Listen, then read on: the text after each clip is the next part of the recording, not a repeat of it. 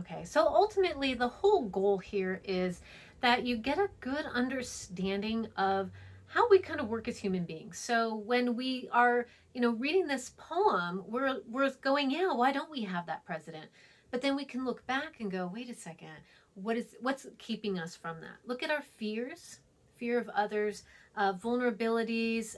Go back to some of those readings and the other lectures and consider what is it that makes us choose who we choose as president? Because when we read the poem, we're like, fuck yeah, that's what I'm talking about. I want a human for the humans. That's what I ultimately want. But in the end, that's not what we choose. And why is that?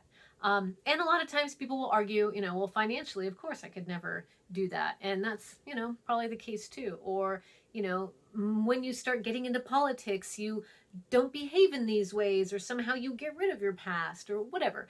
You tell me what you think based on what we've read and your experience, and just your thoughts on the poem itself. When we talk about labels and the importance of specific words that we use, what sticks out to you and why? And where does it, affect you in some way, shape, or form? Do you feel connected to the poem? Do you feel dejected from the poem? Give me some feedback on, based on everything we've read, apply that to the poem and your reading of it. And other than that, you should be good to go. I'm really excited to read your responses and your discussions, and I hope you did well in the quizzes. All right, have a good week.